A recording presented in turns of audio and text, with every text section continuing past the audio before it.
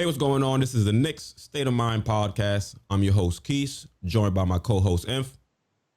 What's good? And we have a pretty good podcast lined up for you today. We're going to start with the news that the Knicks didn't even reach out to Frank Ntilikina to try to extend him. And I don't disagree with the Knicks, honestly. What about you, Inf? I don't think Frank has really shown us anything to warrant any kind of contract extension.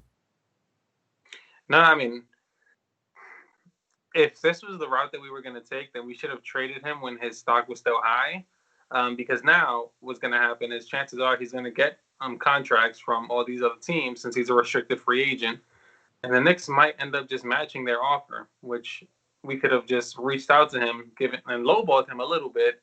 But hopefully, he would want to just stay with the Knicks. But now I feel like we just put ourselves in a bad position. Well, it sounds like you want Frank in the long-term future of the Knicks, because if you're a Knicks fan that doesn't really like Frank Ntilikina, this to me is probably a blessing in disguise, because now, Frank is going to be out there trying to perform, in a contract year. So he's going to be motivated to bring his best A game. And if he's going to do that, that means he's going to benefit the team for at least this season. And we still, as the Knicks, have that option to match. And I personally doubt that any other team is going to reach out there and give Frank the bag. Because remember, we were trying to trade him for a second round pick at one point. So if people aren't really going to give up a second round pick for Frank Ntilikina, I don't think they're really going to give him the bag. But like you said, I wouldn't have mind if we lowballed him and were able to secure him for a very low price, because he can still contribute as a defender. It's just offensively where he's, struggled. No, yeah. I mean, offensively, he's not there, but he's supposed to be our defender. But I just don't want to be giving him up for literally nothing. He was our number 7th pick or 8th pick, to literally give him up for absolutely nothing when there was a market for him at one point and we chose to ignore it. Yeah. And pull up the players that got drafted after Frank real quick, because, we invested a high pick in Frank, but I'm more upset with the players that we didn't select as opposed to us moving on from Frank. You know what I mean? Because we have 2 first-round picks in 2021. We've got Quickly, and we've, Miles Powell manned up in the G League. So we have guards that can compete on this team, and we have guards that have shown that they're a little bit more competent trying to run the offense, in an IQ. So to see that we're already set at guard in IQ and we have more picks that we can use to address that guard position, I don't really know if we really need Frank even in the future. Yeah, I know, you have to cut your losses. Yeah, he was a high draft pick, but if it doesn't work out, it doesn't work out. And at least you can blame that on Phil. Hey, that was Phil's pick.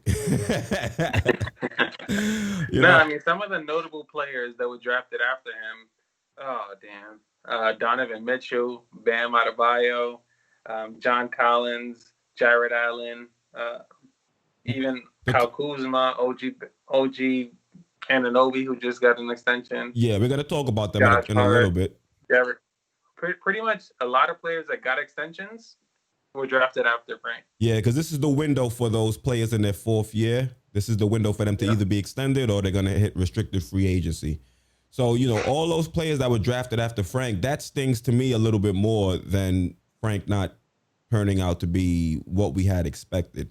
You miss on draft picks, but to me, it's not necessarily missing. It's more so who you didn't get, if that makes any sense. In my head, it don't make sense, but when I say it, I think it makes sense. No, it does, because, I mean, some of the – well, no, never mind, because even the players drafted before Frank are pretty decent. You got Tatum, you got Ball, De'Aaron Fox. So we're the outlier. Yeah. We just skipped over the talent. Yeah. And it's funny because we got the 8th and the 9th pick, who we didn't resign either, the 9th pick being Dennis Smith Jr. That's crazy. We got back-to-back picks, and they both amounted to nothing. Well, we didn't make the picks, but you know what I mean. We got back-to-back picks, either through drafting them, and the other one we got through trade, and they both are amounting to pretty much nothing. Meanwhile, there's talent lined up and down that draft class, and somehow the Knicks got skipped over. Yeah, I mean, but that was typical Knicks. But then at least now I feel like we've done a little bit better with our draft picks.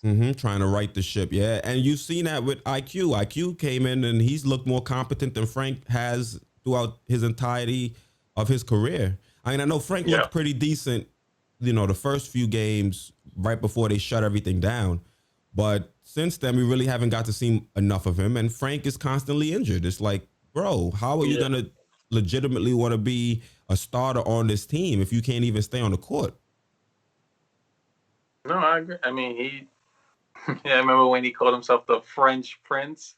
And I'm just like, come on, man. Like, you looking bad out here. How you start your career off like that? He's the French pauper. He's out here just doing bad out here. And he actually looks decent playing off ball. I mean, he's not the point guard that we think he should be, but off ball, he's not bad. I like him as a player off the bench that's going to be playing the two. He might be a little bit undersized sometimes compared to other two guards, but at least he has the tenacity to play defense and be disruptive. And like most people would say, the only reason I really want him to still be on this team is that defensive contribution that he's able to provide. Now, if he's able to find something offensively this year, then that would be icing on the cake. And then I would reevaluate my opinions on him still being on the team. But as of now, I don't really see the Knicks needing to make any kind of investment into Frank until he's able to prove that he deserves that kind of investment. I concur. No, no, because when you mention the Knicks core, you don't mention Frank at all. Like nobody does. Frank is not considered a part of our core. So clearly he's like a piece that we can move around. Like I said, my biggest issue is just giving up our number 8th draft pick for literally nothing. I would have taken the 60th pick. Like I would have taken anything instead of nothing. But it happens. I mean, a lot of teams I'm giving up star players for nothing. Yeah, we've seen it. So, but I like the fact that we're giving up a bump for nothing. Yeah, I like the fact that you brought up our core because, like I said, this was a period for players to either get extended or for their options to get picked up, and the Knicks ended up picking up options for R.J. Barrett and Kevin Knox. Now, this isn't a surprise. This is to be expected. I think the deadline for Knox at least was the 29th. I'm not sure what the deadline was exactly for R.J., but, these players are players that I legitimately see as part of the Knicks core. And the fact that the Knicks are showing that they're going to continue to invest in them and pick up their options is good to see, because you rarely see, I think, players in this position not get their options picked up. So if the Knicks were to do something crazy and not pick up their options, I'd be kind of nervous. I mean... Oh yeah, I forgot you don't like Knox. Yeah, I mean, I'm not the biggest fan, but he is a part of the core. Like the Knicks are sold on Knox for now. RJ, that came as no surprise. Because even last season before the shutdown, he started playing really good basketball. He was showing why he's a top 3rd pick. That's when they started mentioning his name as a potential rookie and then rookie of the year candidate. And then it was, then the shutdown happened and we didn't get any bubble time because we were dirt. But so I'm not surprised that they picked up on RJ because his ceiling is still way too high and still way too early for us to give up on him. Knox, you know how I feel about that. And if y'all don't know, watch the previous videos. It's in there. Yeah, I'm not shocked that they got picked up. It's just that it was getting a little nerve-wracking on when it comes to Knox, because a lot of media outlets were saying, oh, the deadline for Knox is 29th. Will the Knicks pick him up? Won't the Knicks pick him up? I'm like, why wouldn't they? They invested a high draft pick. Like, we just going to say, nah, hit the free market. Like, no, they got to pick it up. It's not like it was an extension. Like, but, the media tries to over-glorify certain things. And yeah, I guess it was a slow time in the media. So they were trying to, speculate towards that. But as we know, RJ, Knox, both part of the core, as well as Obi, as well as Mitch, and as we're seeing IQ as well. Hopefully that core list can expand a little bit more with these 2 first-round picks we have next year. What was that? I think you like lagged out a bit. Can I pop back in? Yeah. All right, cool. All right, so we back in business. Like I was saying, RJ and Knox. are part of our core with IQ, Mitch, and Obi. What I like is that we basically have a core of each position. So if this core can actually grow together and stay together, if we can keep this core on reasonable deals, this could potentially be our starting lineup when we're legitimately a contender, depending on And how that they core, develop. to me, that's also a core you can mark. If these guys come and start looking good this season and work together as a cohesive unit, that's a legitimate team you can market to other players. Not saying we have to go out there and get a big free agent, but you still want your team to be an attractive destination, whether you're looking or not looking. And to be honest, you should always be looking. Every team always has the ability to get better. It's just finding what move makes you better. So the fact that the team has a core they can put out there game in and game out to showcase to the NBA and actually attract not only other free agents, but maybe also even some coaches, scouts, try to bring them into the management or the front office to try to build that way as well. You know, people are front runners. If the Knicks is doing good, you're gonna see talented people try to come and try to join the bandwagon. So that's what I want to see. The Knicks get back on track, which it looks like we're doing, and continuing to progress into the future. I couldn't have said it better.